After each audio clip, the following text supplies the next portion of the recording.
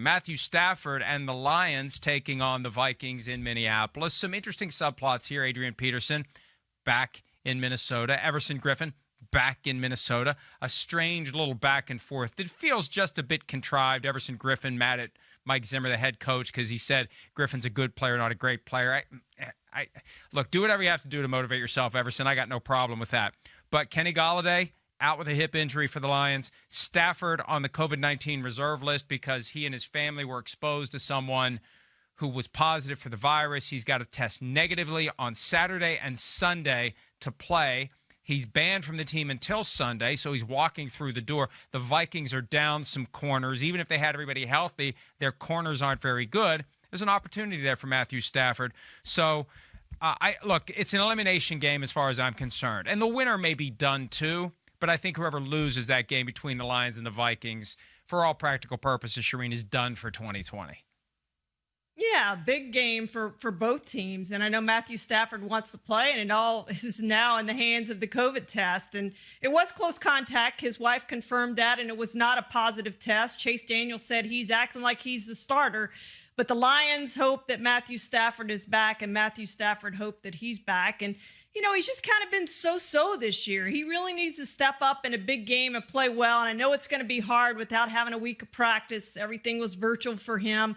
But he needs to step up and have a big game for the Lions, or there will be doubts, I think, going forward about his future in Detroit. Did they start looking for another quarterback at some point? He's been there an awfully long time, and for whatever reason, whether it's a change in coaches, offensive coordinators, everything else, they just haven't taken that step, Mike, that I expected them to take anyway. I had them going to the playoffs as a wildcard team, and I don't think they're going to get there. Again, like you said, this week's an elimination game, but I don't think they're going to get there the way they're playing at 3-4 right now.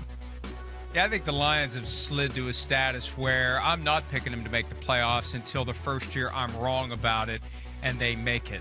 Because for whatever reason, it's just not clicking. And maybe they do just enough this year that ownership decides to bring back GM Bob Quinn and bring back Coach Matt Patricia, but it may be without Matthew Stafford next year. This guy's been, I don't know, he's performed and produced like a franchise quarterback, but if you never win a playoff game, at least Kirk Cousins has won a playoff game, Matthew, and Kirk Cousins is as middle of the pack-ish, frankly, as it gets in the NFL right now.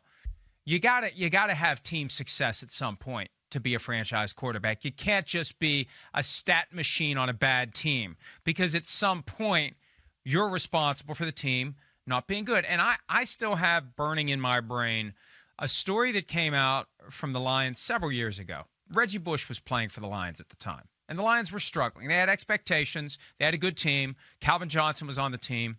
And they were struggling. And Ndamukong Suh was still on the Lions at the time. And Reggie Bush suggested a team meeting.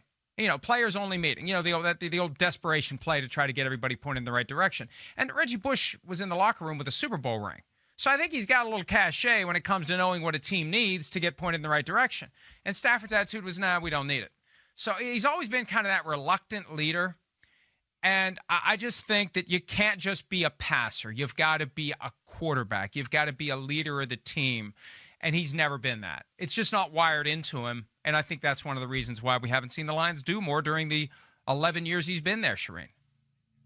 Yeah, no question, Mike. And he hasn't taken that next step. He's put up a lot of statistics. In fantasy, he's been fantastic, but he hasn't been that good for the Lions when it comes to the wins, losses, getting the team to the playoffs, winning playoff games, getting them a step toward a Super Bowl. They just haven't taken that step. And I know the changes in coaches and offensive coordinators and everything else affects quarterbacks. It just does.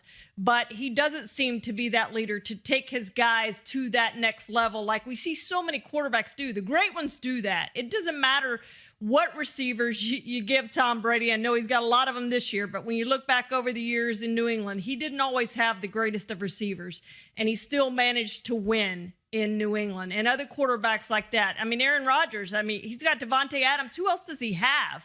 He doesn't have those great receivers. They're not going to be all pro. They're not going to be Pro Bowl, but he manages to take those guys to a different level. And that's what we haven't seen from Matthew Stafford yet. Here's an interesting question. If he's not playing for the Lions, because the guy's still got 5, 6, 7 good years left. He's early 30s. It feels like he's been around forever, but he's still in his prime physically, and he's getting to that point where the combination of remaining physical skills plus your brain from everything you've experienced, it comes together to create this coach quarterback on the field that can't be fooled by anything, theoretically.